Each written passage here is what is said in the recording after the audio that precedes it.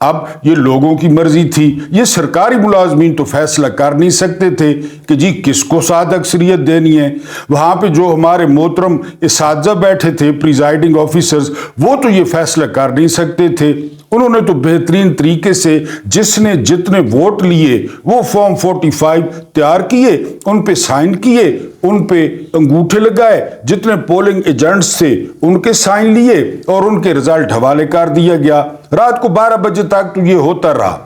پھر 12 بجے کے بعد وہ ریاست حرکت میں آئی اور انہوں نے کہا کہ یہ جو 6 کروڑ لوگوں نے ووٹ ڈالا ہے ان کی عقل گھاس چرنے گئی ہے، ان میں عقل نام کی کوئی چیز نہیں ہے، چونکہ ساری عقل جب بٹ رہی تھی وہ ہم نے لے لی تھی اور جو کچھ بچ گئی تھی وہ ہمیں ملٹری اکیڈمی کاکول نے دے دی، لہذا سکندر سلطان راجہ کو کہہ کے انہوں نے وہ اپنی مرضی کی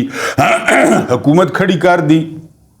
اب حیرانگی اس بات کی ہے کہ رانا ثناء اللہ صاحب کہہ رہے ہیں کہ ہمیں سادہ اکثریت نہیں دی گئی۔ اب سوال یہ ہے کہ میں نے کئی دفعہ یہ سوال کیا اپنے ویور سے کہ یار یہ لوگوں کو کیا سمجھتے ہیں؟ یعنی یہ لوگوں کو بھیڑیں سمجھتے ہیں، بکریاں سمجھتے ہیں، یہ لوگوں کو 85 والا سمجھتے ہیں، یہ سوشل میڈیا کو نہیں سمجھ پا رہے، یہ جو ہے نا وہ اس کو جو خبروں کا سیلاب ہے اس کو نہیں سمجھ پا رہے۔ اب نواز شریف کی بیٹی پاکستان کے سب سے بڑے صوبے کی وزیر اعلیٰ ہے، حالانکہ 2 نمبر ہے، 2 نمبر سے مراد ہے کہ جیتی نہیں ہے۔ اس کا چھوٹا بھائی وہ وزیر اعظم ہے، وہ بھی فارم 47 والا ہے، وہ بھی 2 نمبر ہے۔ صدر ان کا اتحادی ہے، وہ بھی 2 نمبر ہے، کیونکہ اسمبلیاں 2 نمبر ہیں تو جنہوں نے صدر منتخب کیا ہے وہ بھی 2 نمبر ہے۔ اس کے باوجود کہہ رہے ہیں کہ جی جاگتے رہنا 3.5 نہ رہنا۔ اب یہ پھر جو ہے یہ وہ جو گجرانوالہ کی تقریر یاد ہوگی نا نواز شریف صاحب کی کہ باجوہ صاحب آپ نے یہ کیا اور فیض صاحب آپ نے یہ کیا، اب یہ پھر اس چکر میں پڑ گئے ہیں کہ جی ریلیف کوئی نہیں ملے گا۔ رات کو اس سے پہلے والے ویلاگ میں بتایا کہ پیٹرول کی قیمت بڑھا دی گئی ہے۔ تو رانا ثناء اللہ صاحب نے بے فکر کیا ہے کہ ہمیں چونکہ سادہ اکثریت نہیں دی گئی، ہمیں سے کیا مراد ہے؟ اب یہ لگ رہا ہے کہ نواز شریف گروپ، کہ نواز شریف کو وزیر اعظم ہونا چاہیے تھا، رانا ثناء اللہ کو وزیر داخلہ ہونا چاہیے تھا اور عابد شیر علی کو وزیر پانی و بجلی ہونا چاہیے تھا، تب ہم ریلیف دیتے۔ ہمیں چونکہ سادہ اکثریت نہیں دی گئی لہذا اب ہماری کوئی ذمہ داری نہیں ہے، اب یہ فیصلہ عوام نے کرنا ہے۔ عوام نے تو خیر فیصلہ اپنا پہلے کر دیا تھا، سرکاری ملازموں نے کرنا ہے۔ اور اگر آپ اس حکومت سے وہ ریلیف کی توقع لگائے بیٹھے ہیں تو پھر میں آپ کو ایک لطیفہ سنا کے آگے چلتا ہوں کہ ایک جو ہے وہ بالکل الف ننگی عورت آ کر ٹیکسی میں بیٹھ گئی اور اس نے ڈرائیور کو ایک جگہ کا نام بتایا۔ ڈرائیور اس کو گھور گھور کے دیکھنے لگا تو عورت نے کہا کہ کیا تم نے ننگی عورت پہلے نہیں دیکھی؟ ڈرائیور نے کہا جی کئی دفعہ دیکھی ہے لیکن میں سوچ یہ رہا ہوں کہ آپ کرایہ کہاں سے دیں گی۔ تو آپ یہ رانا ثناء اللہ صاحب نے ویسے بھی بے فکر کر دیا ہے تو میں بھی آپ کو بے فکر کر دوں، لیکن یہ قوم کو کیا سمجھتے ہیں یہ آپ نے کومنٹس میں لازمی لکھنا ہے۔ ایک بڑا لمبا چوڑا جو ہے نا وہ وفد، وہ گگروں والوں کا، وہ لہنگے پہن کے سروں پہ ویسپے کے ٹائر لگا کے وہ جو ہے نا اسلام آباد پہنچ گئے ہیں اور یہاں اسلام آباد میں بڑے شادیانے بجائے جا رہے ہیں۔ ہماری پتہ کیا کمزوری ہے؟ وہ ایک پٹھان دوست جو ہے لطیفہ سنا رہا تھا کہ جدہ میں 2 بندوں کی لڑائی ہو رہی تھی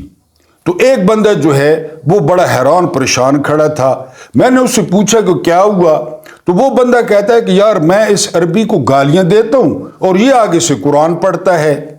ہمارا مسئلہ پتہ ہے کیا ہے؟ ہم یہ جس کا بھی حلیہ دیکھتے ہیں نا ہم سمجھتے ہیں کہ اس کے 8 یا 10 جو ہے نا وہ تیل کے کنویں ہوں گے اور ہم ان کا حلیہ دیکھ کے ہم کہتے ہیں کہ اب پاکستان میں وہ ریالوں کی، ڈالروں کی، تیل کی ریل پیل ہو جائے گی، حالانکہ وہ جو جہان کا لگڑ ہوتا ہے وہ پکڑ کے لے آتے ہیں۔ سرمایہ کاری اگر کرنی ہو تو انہوں نے 100 ارب ڈالر کی سرمایہ کاری کی ہے نا انڈیا میں، سرمایہ کاری کرنی ہو۔ ہمیں یہ بات جس طرح میں نے بتایا فطرانہ ہو گیا، کھجوریں ہو گئی، یعنی وہ دے کے اور اسلام آباد میں اب ایک جی معاہدہ ہو رہا ہے کہ CDA وہ جگہ دے گا اور سعودیہ یہاں پہ ہوٹل بنائے گا، یہ سرمایہ کاری ہے۔ سعودیہ یہاں پہ ہوٹل بنائے گا۔ اصل مقاصد کیا ہیں؟ اصل مقاصد یہ ہیں، پہلے ایک دفعہ آپ کو بتایا تھا کہ عمران خان نے جب جنرل اسمبلی میں تقریر کی تھی اسلاموفوبیا پہ، سعودیہ کو بڑا برا لگا تھا۔ وجہ کہ سعودی سمجھتے ہیں کہ ہم ٹھیکیدار ہیں، ہم نے نہ کوئی ٹینڈر دیا ہے، ہم مسلمانوں کے ٹھیکیدار ہیں۔ عمران خان کون ہوتا ہے اس طرح للکار کے بات کرنے والا؟ محمد بن سلمان ناراض ہو گئے۔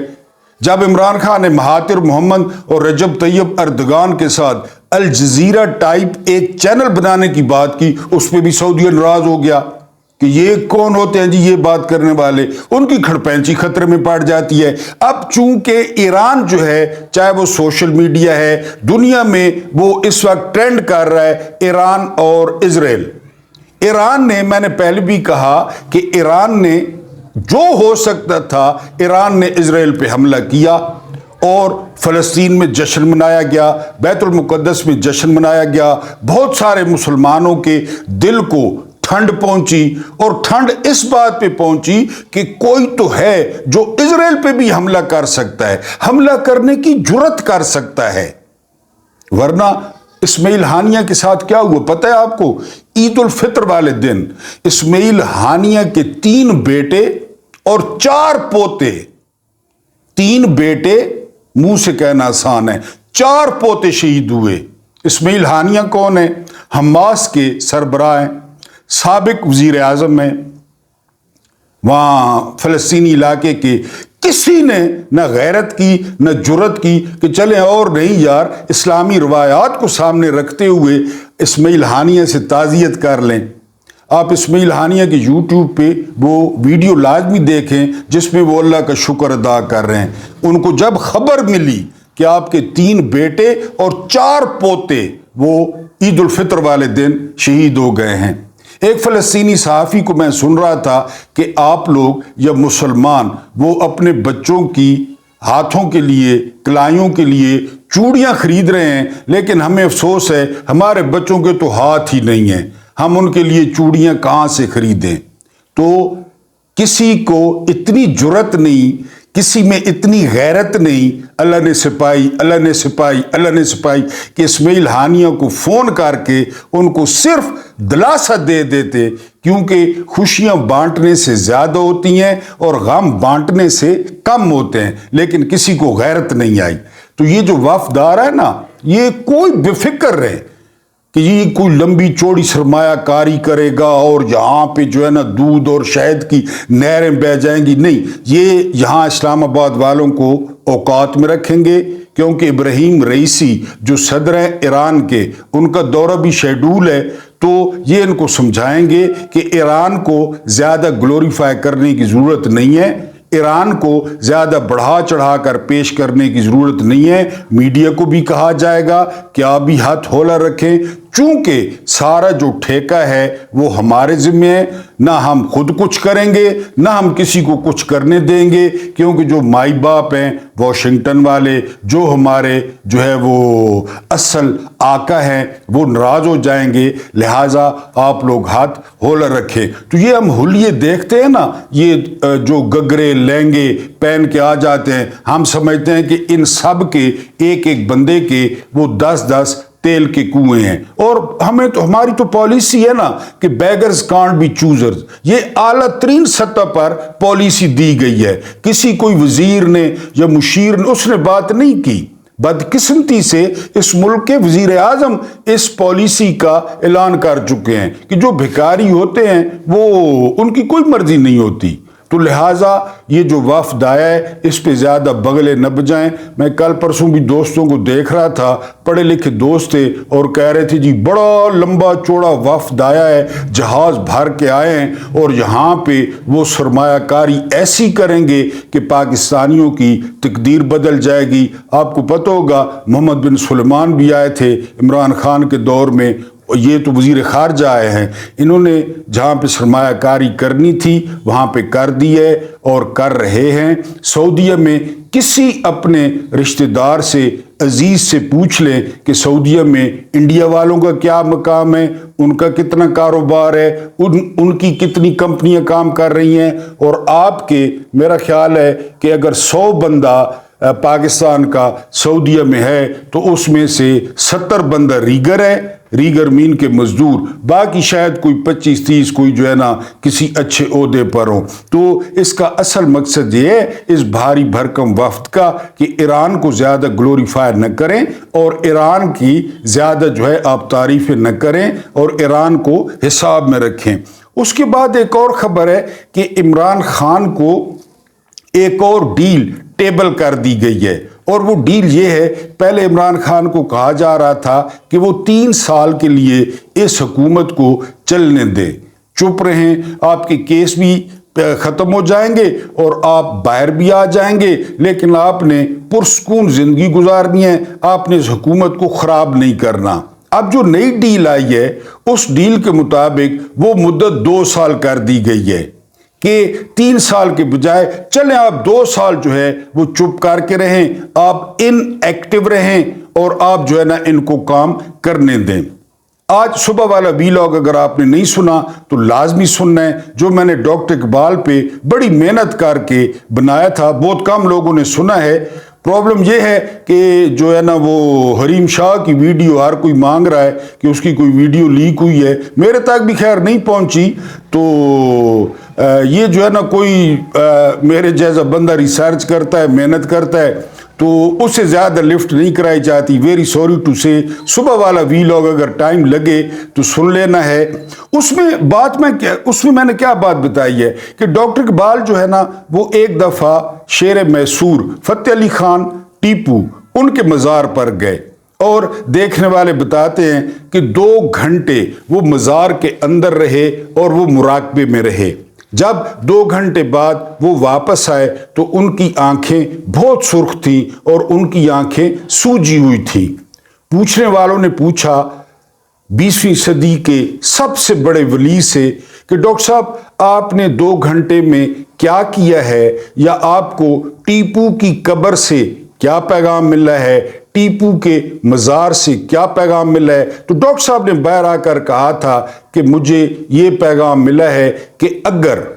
جب مردوں کی طرح جینا مشکل ہو جائے تو پھر مردانہ وار لڑ کر جان دے دینا، یہ اصل میں مردانگی ہے، یہ اصل زندگی ہے اور یہ زندگی کا راز ہے۔ یہ ڈاکٹر اقبال نے کہا تھا۔ آپ کو پتہ ہے کہ ڈاکٹر اقبال نہ اسامہ بن لادن تھے، خدا نہ خواستہ، نہ ایمن الزواری تھے، نہ ان کے ہاتھ میں کلاشنکوف تھی، وہ تو پی ایچ ڈی تھے میٹا فزکس میں، مابعد الطبیعات میں انہوں نے پی ایچ ڈی کر رکھا تھا، تو یہ ان کے الفاظ تھے۔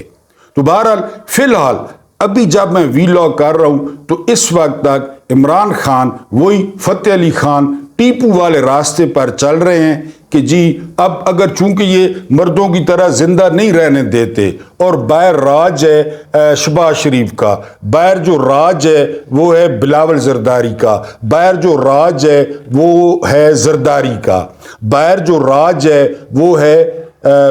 میڈم میک اپ بانوں کا، تو ٹھیک ہے،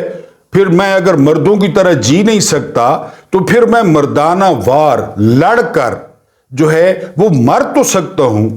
جس کو ڈاکٹر اقبال نے اصل زندگی اور زندگی کا راز قرار دے دیا ہے۔ تو بہرحال ایک اور ڈیل ٹیبل کر دی گئی ہے کہ یہ ہم ججوں کے منہ پہ کالک ملیں گے، آپ ہماری بات مان لیں، کون سے فیصلے، کون سے جج، کون سا قانون، کون سی عدلیہ، وہ جو رات کو 12 بجے تک ہم نے سماعتیں کی، ججوں نے وہاں گھیسیاں کی، جج ہمارے حکم پر وہاں بیٹھے رہے، کوئی بےہوش ہوتا رہا اور کوئی کدھر گرتا رہا، کوئی اپنا چھوٹا پیشاب روک کر 4 گھنٹے بیٹھا رہا اور اس کا ایک ایک قطرہ چھوٹے پیشاب کا نکلتا رہا اس کے لباس میں، لیکن وہ ہمارے حکم پہ